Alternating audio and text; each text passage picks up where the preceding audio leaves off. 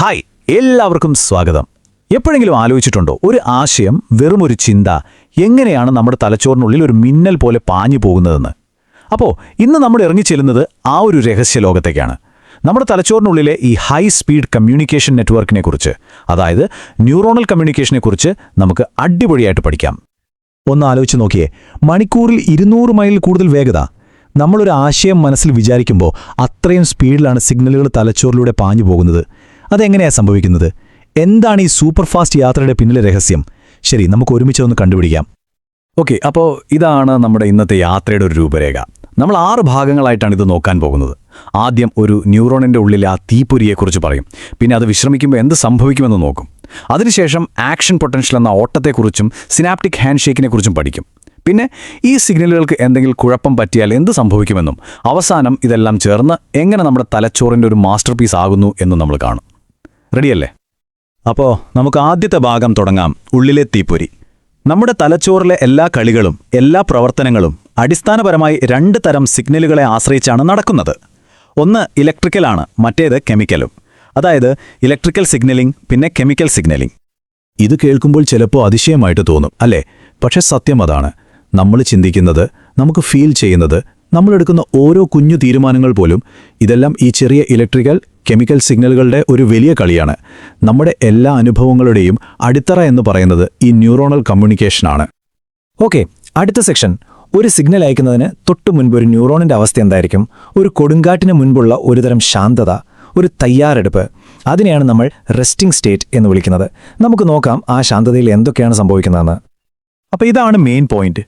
ഒരു ന്യൂറോൺ സിഗ്നലൊന്നും അയക്കാതെ വെറുതെ ഇരിക്കുമ്പോൾ പോലും അത് വെറുതെ ഇരിക്കുകയല്ല. അത് ശരിക്കും ഒരു ചെറിയ ബാറ്ററി പോലെ ചാർജ് ചെയ്ത് റെഡിയായി നിൽക്കുകയാണ്. ഈ ഒരു ചാർജ് ചെയ്ത് നിൽക്കുന്ന അവസ്ഥയെയാണ് നമ്മൾ റെസ്റ്റിംഗ് മെംബ്രെയിൻ പൊട്ടൻഷ്യൽ എന്ന് പറയുന്നത്. അപ്പോൾ ഈ ബാറ്ററിയുടെ പവർ എത്രയാണെന്നറിയോ? വെറും -70 മില്ലിവോൾട്ട്. അതായത് ന്യൂറോണിൻ്റെ ഉള്ളിൽ പുറത്തുള്ളതിനേക്കാൾ നെഗറ്റീവ് ചാർജാണ്. ഈ നമ്പർ -70 MV, ഇത് മറക്കരുത്. കാരണം നമ്മുടെ കഥയുടെ എല്ലാം തുടക്കം ഈ നമ്പറിൽ നിന്നാണ്. അപ്പോൾ ചോദ്യം ഇതാണ്, എങ്ങനെയാണ് ഒരു ന്യൂറോൺ ഈ -70 MV ചാർജ് എപ്പോഴും നിലനിർത്തുന്നത്? അതിന് പ്രധാനമായിട്ടും 3 കാരണങ്ങളുണ്ട്. ഒന്നാമത്തെ കാര്യം അയോണുകളുടെ വിതരണമാണ്. അതായത് സോഡിയം അയോണുകൾ Na+ പുറത്തു കൂടുതലും പൊട്ടാസ്യം അയോണുകൾ K+ അകത്ത് കൂടുതലുമാണ്. രണ്ടാമതായിട്ട് ന്യൂറോണിൻ്റെ മെംബ്രെയിൻ പൊട്ടാസ്യത്തിന് പുറത്തേക്ക് പോകാൻ കൂടുതൽ എളുപ്പത്തിൽ വഴി കൊടുക്കും. അപ്പോൾ പോസിറ്റീവ് ചാർജുള്ള പൊട്ടാസ്യം പുറത്തേക്ക് പോകുമ്പോൾ സ്വാഭാവികമായും ഉള്ള് കൂടുതൽ നെഗറ്റീവ് ആവും. പിന്നെ മൂന്നാമത്തെ ഏറ്റവും പ്രധാനപ്പെട്ട ആള് സോഡിയം പൊട്ടാസ്യം പമ്പാണ്. ഇതൊരു ഗേറ്റ് കീപ്പറെ പോലെ 3 സോഡിയത്തിനെ പുറത്താക്കുകയും 2 പൊട്ടാസ്യത്തിനെ അകത്തേക്ക് കയറ്റുകയും ചെയ്തുകൊണ്ട് ഈ ബാലൻസ് കറക്റ്റായിട്ട് നിലനിർത്തുന്നു. ശരി, ഇതുവരെ നമ്മൾ കണ്ടത് ന്യൂറോൺ വിശ്രമിക്കുന്നതായിരുന്നു. ഇനി നമ്മൾ കാണാൻ പോകുന്നത് കഥയിലെ ഏറ്റവും ത്രില്ലിംഗ് മൊമെന്റാണ്, ആക്ഷൻ പൊട്ടൻഷ്യൽ. അതായത് ന്യൂറോൺ ഒരു സിഗ്നൽ ഫയർ ചെയ്യുന്ന ആ ഒരൊറ്റ നിമിഷം. ഇതൊരു ഓൾ ഓർ നത്തിങ് സിഗ്നലാണ്. അതായത് ഒന്നുകിൽ ഫുൾ പവറിൽ അല്ലെങ്കിൽ ഒന്നുമില്ല. ഓക്കെ, ഒരു സിഗ്നൽ ഫയർ ചെയ്യണമെങ്കിൽ ഒരു ട്രിഗർ വേണമല്ലോ. ആ ട്രിഗർ പോയിന്റാണ് ത്രെഷോൾഡ് പൊട്ടൻഷ്യൽ. -70 MBയിലിരിക്കുന്ന ന്യൂറോണിന് ഒരു ഉത്തേജനം കിട്ടി അതിൻ്റെ ചാർജ് -55 MBയിലെത്തിയാൽ പിന്നെ ഒരു തിരിച്ചുപോക്കില്ല. അതൊരു പോയിന്റ് ഓഫ് നോ റിട്ടേൺ ആണ്. ആ നിമിഷം ന്യൂറോൺ അതിൻ്റെ മുഴുവൻ ശക്തിയും എടുത്ത് ഒരു ആക്ഷൻ പൊട്ടൻഷ്യൽ അയച്ചിരിക്കും. ഇതിനെയാണ് നമ്മൾ ഓൾ ഓർ നൺ നിയമം എന്ന് പറയുന്നത്. ഒന്നുകിൽ ഫുൾ പവറിൽ ഫയർ ചെയ്യും, അല്ലെങ്കിൽ ഒട്ടും ഫയർ ചെയ്യില്ല. ഒരു പകുതി സിഗ്നൽ അയക്കുന്ന പരിപാടിയേ ഇല്ല. സംഭവം ഒരു ഡോമിനോസ് വീഴുന്നത് പോലെയാണ്. ആദ്യത്തെ ഡോമിനോയെ വീഴ്ത്താനുള്ള തട്ട് കിട്ടിയാൽ പിന്നെ ആ നിര മുഴുവൻ വീഴും. ആ തട്ട് ദുർബലമാണെങ്കിൽ ഒന്നും സംഭവിക്കില്ല. അതുപോലെ തന്നെയാണ് ഇവിടെയും. അപ്പോൾ ഈ ആക്ഷൻ പൊട്ടൻഷ്യൽ എങ്ങനെയാണ് സ്റ്റെപ്പ് ബൈ സ്റ്റെപ്പായി നടക്കുന്നതെന്ന് നോക്കാം. 5 ഘട്ടങ്ങളുണ്ട്. ആദ്യം ന്യൂറോൺ റെസ്റ്റിംഗ് സ്റ്റേറ്റിൽ, അതായത് -70 MBയിൽ ശാന്തമായിരിക്കുന്നു. രണ്ടാമതായി സിഗ്നൽ വന്ന് ത്രെഷോൾഡ് കടക്കുമ്പോൾ സോഡിയം ചാനലുകൾ തുറക്കും. സോഡിയം അയോണുകൾ മിന്നൽ വേഗത്തിൽ അകത്തേക്ക് അരച്ചു കയറും. അപ്പോൾ ചാർജ് -70യിൽ നിന്ന് +40 MB വരെ കുതിച്ചു വരും. ഇതിനെയാണ് ഡീപോളറൈസേഷൻ എന്ന് പറയുന്നത്. മൂന്നാമത്തെ സ്റ്റെപ്പ് റീപോളറൈസേഷൻ. ഇവിടെ സോഡിയം ചാനലുകൾ അടയുകയും പൊട്ടാസ്യം ചാനലുകൾ തുറക്കുകയും ചെയ്യും. പൊട്ടാസ്യം പുറത്തേക്ക് പോകുമ്പോൾ ചാർജ് വീണ്ടും താഴേക്ക് വരും. നാലാമതായി ഒരു ചെറിയ ഹൈപ്പർ പോളറൈസേഷൻ ഉണ്ടാകും. അതായത് ചാർജ് -70യിലും കുറച്ചുകൂടി താഴെ പോകും.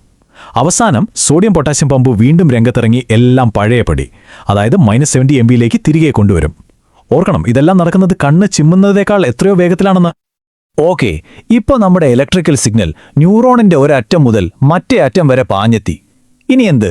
അടുത്ത ന്യൂറോണിലേക്ക് എങ്ങനെ ഈ സന്ദേശം കൈമാറും? ഇവിടെയാണ് കളി മാറുന്നത്. ഇവിടെ വെച്ച് നമ്മുടെ ഇലക്ട്രിക്കൽ സിഗ്നൽ ഒരു കെമിക്കൽ സിഗ്നലായി രൂപമാറും. അതാണ് സിനാപ്റ്റിക് ഹാൻഡ്ഷേക്ക്. ഈ സിനാപ്സ് എന്ന് പറയുന്നത് രണ്ട് ന്യൂറോണുകൾക്കിടയിലുള്ളൊരു കുഞ്ഞു ഗ്യാപ്പാണ്. അവ തമ്മിൽ ശരിക്കും തൊടുന്നില്ല. അപ്പോൾ ഈ ഗ്യാപ്പ് ചാടിക്കടക്കാൻ നമ്മുടെ ഇലക്ട്രിക്കൽ സിഗ്നലിന് പറ്റില്ല. അവിടെയാണ് നമ്മുടെ ഹീറോസ്, അതായത് ന്യൂറോ ട്രാൻസ്മിറ്ററുകൾ വരുന്നത്. ഇവരാണ് കെമിക്കൽ മെസഞ്ചർമാർ. അപ്പോൾ ഈ ഹാൻഡ്ഷേക്ക് എങ്ങനെയാണ് നടക്കുന്നതെന്ന് നോക്കാം. വളരെ സിമ്പിളാണ്. സ്റ്റെപ്പ് 1, ആക്ഷൻ പൊട്ടൻഷ്യൽ ന്യൂറോണിന്റെ അറ്റത്തെത്തുന്നു. സ്റ്റെപ്പ് 2, ഇത് കാൽഷ്യം ചാനലുകളെ തുറക്കും. കാൽഷ്യം Ca2+ അകത്തേക്ക് കയറും. സ്റ്റെപ്പ് 3, ഈ കാൽസ്യമാണ് ശരിക്കുള്ള ട്രിഗർ. ഇത് ന്യൂറോ ട്രാൻസ്മിറ്ററുകൾ നിറച്ച സഞ്ചികളെ സിനാപ്സിലേക്ക് റിലീസ് ചെയ്യാൻ പ്രേരിപ്പിക്കും. സ്റ്റെപ്പ് 4, ഈ ന്യൂറോ ട്രാൻസ്മിറ്ററുകൾ ആ ഗ്യാപ്പ് നീന്തിക്കടന്ന് അടുത്ത ന്യൂറോണിന്റെ റിസപ്റ്ററുകളിൽ പോയി ലോക്കാകും. ഒരു താക്കോൽ പൂട്ടിൽ വീഴുന്നത് പോലെ. അങ്ങനെ സന്ദേശം കൈമാറി. ഇനി ഈ കൈമാറുന്ന സന്ദേശം എപ്പോഴും ഒന്നായിരിക്കില്ല. രണ്ട് തരം സിഗ്നലുകളുണ്ട്. ഒന്ന് EPSP, അതായത് എക്സൈറ്റേറ്ററി. ഇത് അടുത്ത ന്യൂറോണിനോട് ഫയർ ചെയ്യൂ എന്ന് പറയുന്ന ഒരു ഗോ സിഗ്നലാണ്. ഉദാഹരണത്തിന് ഗ്ലൂട്ടാമേറ്റ്. മറ്റേത് IPSP, അതായത് ഇൻഹിബിറ്ററി. ഇത് ഫയർ ചെയ്യരുത് എന്ന് പറയുന്ന ഒരു സ്റ്റോപ്പ് സിഗ്നലാണ്. ഉദാഹരണത്തിന് ഗാബ. ഒരു ന്യൂറോണിന് ഒരേ സമയം ആയിരക്കണക്കിന് ഗോ, സ്റ്റോപ്പ് സിഗ്നലുകൾ കിട്ടും. ഇവയെല്ലാം കൂട്ടി നോക്കിയാണ് അടുത്തത് എന്ത് വേണമെന്ന് അത് തീരുമാനിക്കുന്നത്. ഇതുവരെ നമ്മൾ കണ്ടതെല്ലാം പെർഫെക്റ്റായി നടക്കുമ്പോഴുള്ള കാര്യമാണ്. പക്ഷേ ഇത്രയും സങ്കീർണമായ ഒരു സിസ്റ്റത്തിൽ എന്തെങ്കിലും പിഴവ് പറ്റിയാൽ എന്ത് സംഭവിക്കും? അതെ, ഈ കമ്മ്യൂണിക്കേഷനിൽ വരുന്ന ചെറിയ പിഴവുകൾ പോലും വലിയ ന്യൂറോളജിക്കൽ തകരാറുകൾക്ക് കാരണമാകും. ഈ ടേബിളിലേക്കൊന്ന് നോക്കൂ. ഇത് കുറച്ച് ഉദാഹരണങ്ങൾ കാണിച്ചു തരും. മൾട്ടിപ്പിൾ സ്ക്ലിറോസിസ് എന്ന രോഗത്തിൽ ആക്ഷൻ പൊട്ടൻഷ്യലിന്റെ വേഗത കുറയ്ക്കുന്ന മൈലിൻ ഷീത്തിനാണ് പ്രശ്നം വരുന്നത്. സിഗ്നൽ സ്ലോ ആകുന്നു. ഇനി പാർക്കിൻസൺസ് രോഗം നോക്കിയാൽ അവിടെ ഡോപ്പമൈൻ എന്ന ന്യൂറോ ട്രാൻസ്മിറ്ററിന്റെ കുറവാണ് പ്രശ്നം. അതുപോലെ വിഷാദരോഗത്തിൽ സെറോട്ടോണിൻ എന്ന ന്യൂറോ ട്രാൻസ്മിറ്ററിന്റെ ബാലൻസ് തെറ്റുന്നു. അപ്പോൾ ഓരോ രോഗവും ഈ കമ്മ്യൂണിക്കേഷൻ സിസ്റ്റത്തിലെ ഒരു പ്രത്യേക ഭാഗത്തെയാണ് ബാധിക്കുന്നത് എന്ന് കാണാം. അങ്ങനെ നമ്മൾ ഈ ഒരു അത്ഭുതകരമായ യാത്രയുടെ അവസാന ഘട്ടത്തിലേക്ക് എത്തിയിരിക്കുകയാണ്. ഒരു ചിന്തയുടെ തുടക്കം മുതൽ അത് അടുത്ത ന്യൂറോണിലേക്ക് എത്തുന്ന വരെയുള്ള ആ ഒരു യാത്ര, ആ ഒരു ഗ്രാൻഡ് ഫിനാലെ നമുക്ക് നോക്കാം. ഒന്ന് ആലോചിച്ച് നോക്കിയേ. ഒരു റെസ്റ്റിംഗ് സ്റ്റേറ്റിൽ നിന്ന് ഒരു ഇലക്ട്രിക്കൽ കുതിപ്പിലേക്ക്, അവിടെ നിന്ന് ഒരു കെമിക്കൽ ഹാൻഡ്ഷേക്കിലേക്ക്. ഈ ഒരു സൈക്കിൾ, നിങ്ങൾ ഈ വാചകം കേട്ടുതീരുന്ന ഈ സെക്കൻഡിൽ കോടിക്കണക്കിന് തവണയാണ് നിങ്ങളുടെ തലച്ചോറിനുള്ളിൽ നടക്കുന്നത്. അവിശ്വസനീയം അല്ലേ? പ്രിൻസിപ്പിൾസ് ഓഫ് ന്യൂറോ സയൻസ് എന്ന പുസ്തകത്തിലെ ഒരു വാചകമാണിത്. ആക്ഷൻ പൊട്ടൻഷ്യലുകളുടെയും സിനാപ്റ്റിക് ട്രാൻസ്മിഷന്റെയും സംയോജനം പെരുമാറ്റം, ചിന്ത, സംവേദനം, ചലനം, വികാരം എന്നിവയുടെ അടിത്തറ രൂപപ്പെടുത്തുന്നു. ചുരുക്കി പറഞ്ഞാൽ, നമ്മൾ സംസാരിക്കുന്നതും ചിന്തിക്കുന്നതും ചലിക്കുന്നതും നമുക്ക് വികാരങ്ങൾ ഉണ്ടാകുന്നതുമെല്ലാം ഈ ഒരു പ്രോസസ്സ് നടക്കുന്നതുകൊണ്ടാണ്. നമ്മൾ ആയിരിക്കുന്നതിൻ്റെ അടിസ്ഥാനം തന്നെ ഇതാണ്. അപ്പോൾ ഓരോ ചിന്തയും ഈ ചെറിയ തീപ്പൊരികൾ ചേർന്നുണ്ടാക്കുന്ന ഒരു സിംഫണി പോലെയാണ്, ഒരു സംഗീതം പോലെ. നിങ്ങളുടെ തലച്ചോറിനുള്ളിൽ ഇപ്പോൾ നടക്കുന്ന ആ മഹത്തായ സംഗീതത്തെക്കുറിച്ച് ഒരു നിമിഷം ആലോചിച്ചു നോക്കൂ. ചോദ്യം ഇതാണ്: നിങ്ങൾ അടുത്തതായി എന്ത് സംഗീതമാണ് ചിട്ടപ്പെടുത്താൻ പോകുന്നത്? അടുത്തൊരു വിഷയവുമായി കാണുന്നതുവരെ ചിന്തിച്ചുകൊണ്ടേയിരിക്കുക.